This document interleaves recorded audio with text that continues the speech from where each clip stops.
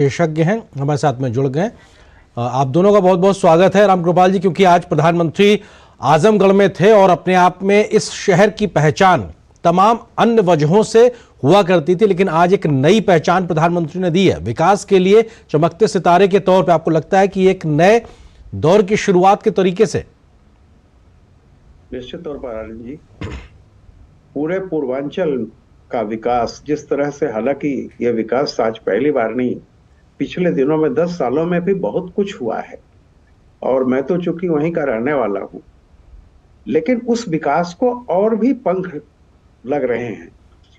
अब देखिए, आप आजमगढ़ में हवाई अड्डा कोई सोच नहीं सकता था, बगल में कुशीनगर में हवाई अड्डा, अयोध्या में हवाई अड्डा, ये सब यानी इतनी सारी चीजें जो कभी हम लोगों ने कल्पना भी नहीं की थी।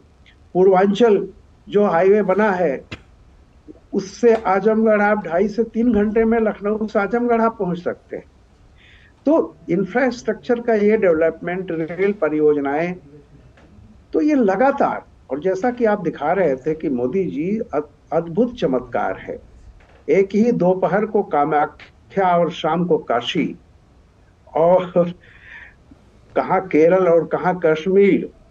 तो ये मोदी जी का मतलब, उनमें अदम्य साहस जिसको कहते हैं ना जी, वो उसका है। और एक, जैसा मैंने कहा आपके चैनल पर भी, मैंने बहुत पहले ही कहा था, जब इस देश की राजनीति के बारे में होता था कि चुनाव आ रहा है, सारी चीजें, तब मैंने कहा था आपको कि मोदी जी और बाकी पार्टियों का फर्क यह है कि बाकी पार्टियां 24 पर नजर गड़ाए हुए हैं, उनकी सारी ऊर्जा जो है वो 24 के लिए है। मोदी 24 साल आगे की बात कर रहे हैं। वो 24 लांघ चुके हैं, वो 24 साल आगे, यानी मैंने 23 में बात कही थी कि वो 47-48 की बात कर रहे हैं जी। एक विकसित भारत का नक्शा। इसलिए आरएन जी, क्या होता है, मेहनत की नकल नहीं हो सकती। और ये जो अभी आपने पूरा, आपके संवाददाता ने पूरा ब्यौरा दिया है जी, ये मेहनत है जो दिखाई पड़ रही है कि किस प्रकार से जमीन पे एक बड़ा बदलाव आ रहा है। प्रोफेसर महाजन भी हमारे साथ में मौजूद है। प्रोफेसर महाजन जी, आपको लगता है कि पूर्वी भारत पे एक बड़ा फोकस हमेशा से करने की बात प्रधानमंत्री करते हैं, और अभी इस सप्ताह की को लेकर जो उनके दौरे थे, उसमें अगर पूर्वी भारत के लिहाज से बात की जाए तो उड़ीसा, बिहार, बंगाल, ये सब, या पूर्वी उत्तर प्रदेश भी हम उसमें शामिल कर सकते हैं। यहां बड़ा फोकस नजर आ रहा है, इंफ्रा को लेके एक बहुत ज्यादा एक काम जमीन पे पूरा होता हुआ दिखाई पड़ रहा है। इसको जरा ध्यान से देखें तो ये बीमारू स्टेट्स का एक बहुत बड़ा हिस्सा है, जिसको एक ऐसा कहा जाता था कि ये विकास में बहुत पिछड़ी हुई राज्य है। और जहाँ तक कनेक्टिविटी का सवाल है, औद्योगिक विकास का सवाल है, कुल मिलाकर के ओवरऑल डेवलपमेंट की बात है, ये राज्य बहुत पिछड़े हुए थे। और इनकी जो जीडीपी थी वो भी बहुत, प्रति व्यक्ति जो जीडीपी थी वो भी बहुत कम थी। धीरे धीरे करके पिछले 10 सालों में हम खासतौर पर देखते हैं तो, और जो पिछले हफ्ते की आपने जो बात बताई, उसमें कोई शिलान्यास नहीं हुआ है। इसमें जो परियोजनाएं पूर्ण हुई हैं उनको हरी झंडी दिखाई गई है। ये बहुत बड़ी बात है कि चुनाव से कुछ समय पहले ही ये जो किया गया है, इसका मतलब ये है कि पिछले 5-7 साल में, क्योंकि ये रेल लाइन का बनना, सड़कों का बनना, पुलों का बनना, फ्लाईओवर्स का बनना और उसको देश को समर्पित करना, यह एक लंबे समय तक किया गया जो विकास का कार्य है, वो इसको दिखा रहा है।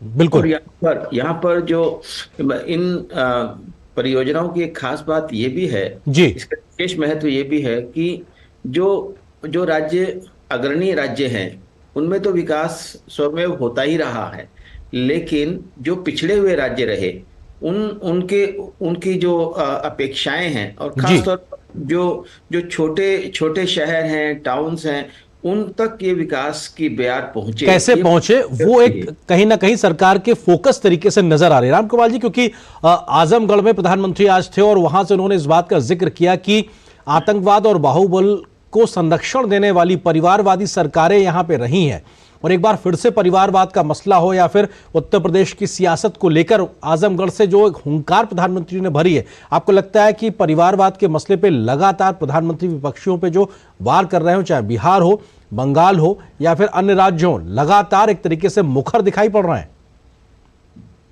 निश्चित रूप से ये कोई पहली बार नहीं है। 2014 में जब मोदी आए तब से वो इस बात को कह रहे थे कि 140 करोड़ जनता जो है वो मेरा परिवार है।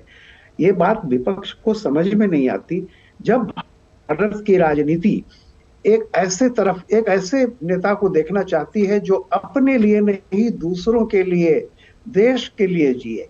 ऐसे मौके पर इस तरह का नारा लगा, इस तरह की बात कर देना कि इनका तो कोई परिवार नहीं है, तो बैठे बिठाए मोदी जी को आपने एक ऐसी चीज दे दी। वो तो बहुत पहले से कह रहे हैं कि मेरा परिवार तो 140 करोड़ लोग हैं। और देखिए, एक चीज आपको बताऊं, जैसा हमारे भाई साहब अभी कह रहे थे जी, मोदी जी का विजन वो सिर्फ देखिए पूर्वांचल या आजमगढ़ ही नहीं, आप याद कीजिए जब हमारे देश में क्या माना जाता था, माणा जो है उत्तराखंड का वो आखिरी गांव कहा जाता था। मोदी जी वहां गए और उन्होंने कहा ये हमारे देश का पहला गांव। यानी उस आदमी का विजन देखिए कि जहां जो चीज, जहां जो पिछड़ा है, कहीं भी है, उसको मुख्य धारा में लाना है। तो जैसा भी हमारे भाई साहब कह रहे थे कि बिल्कुल जो बीमारू राज्य की एक थी कि पैर नहीं बहती थी, सबसे पहले मोदी जी ने उन पे इंफ्रास्ट्रक्चर का ध्यान दिया। और जब इंफ्रास्ट्रक्चर होगी तो लोगों को खुद मौका मिलता है, जनता खुद मेहनत करती है, उसको कोई भिक्षा नहीं चाहिए जी।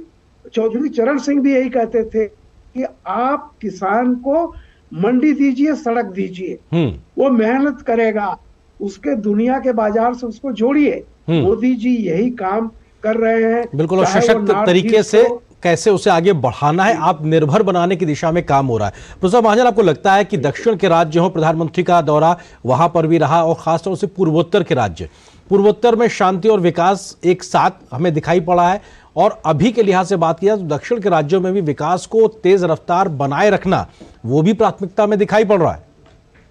देखिए, दक्षिण के राज्यों में जो गलत राजनीति चलती रही और एक प्रकार से देश को अलग अलग दिखाने की कोशिश होती रही कि दक्षिण के राज्य अलग हैं, उत्तर के राज्य अलग हैं, तो उस विषय को भी प्रधानमंत्री ने जरूर छुआ है कि ये सभी, हमारा पूरा देश एक है।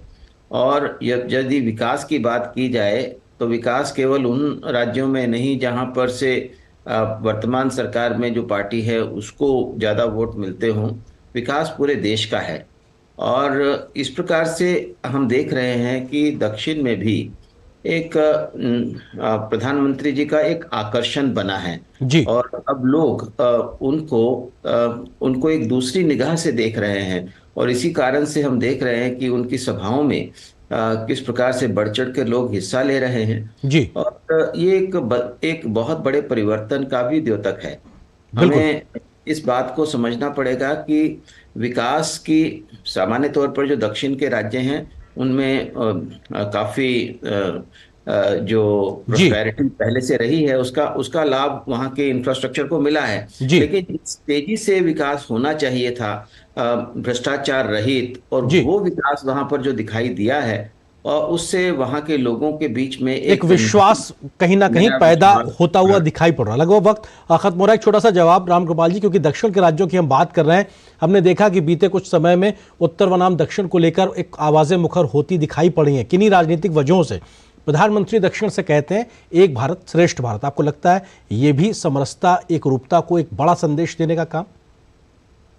बिल्कुल। देखिए, दक्षिण के कुछ लोग ऐसे हैं जो अपनी राजनीति को अलगाववाद की कहते हैं ना, वो अलगाववाद की अंगीठी पर तो सेकते हैं। उनको दिक्कत ये हो रही है कि मोदी जी आज की बात नहीं है। देखिए, काशी तमिल संगमम हो या सेंगोल को ले आना हो पार्लियामेंट में, मोदी जी हमेशा से इस बात का वो करते रहे हैं कि भारत कश्मीर से कन्याकुमारी और कामरूप से कच्छ तक जी एक है, कोई विभेद नहीं कर सकता।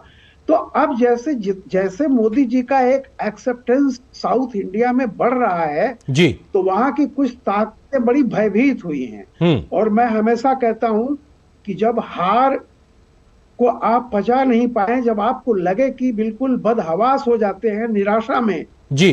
तो फिर मुंह से कुछ न कुछ उल्टा सीधा निकलता है। तो ये जो अभी पिछले दिनों कुछ उल बयान आए हैं, जी, ये उसी का एक नतीजे के तौर पे जी कहा जा सकता। बिल्कुल बिल्कुल, लेकिन मोदी एक की बढ़ती लोकप्रियता से निराश जी और हताश लोग इस तरह की बातें कर बिल्कुल, रहे हैं। लेकिन एक भारत श्रेष्ठ भारत का जो नारा है जिसे देश आत्मसात करता है वो हमारे मूल में है। फिलहाल वक्त इतनी ही अनुमति दे रहा। आप दोनों मेहमानों का बहुत बहुत शुक्रिया। रामकृपाल जी आपका भी, प्रोफेसर अश्विनी महाजन जी आपका भी हमारे साथ जुड़ने के लिए, इस विषय पर विस्तार से बात करने के लिए बहुत शुक्रिया आप दोनों का। और यहाँ पर एक छोटे से ब्रेक का वक्त हो गया, बहुत जल्द हाजिर होते हैं कुछ और खबरों से आपको रूबरू कराएंगे। दादू, आग का तारा मतलब? बहुत प्यारा, बिल्कुल तुम्हारे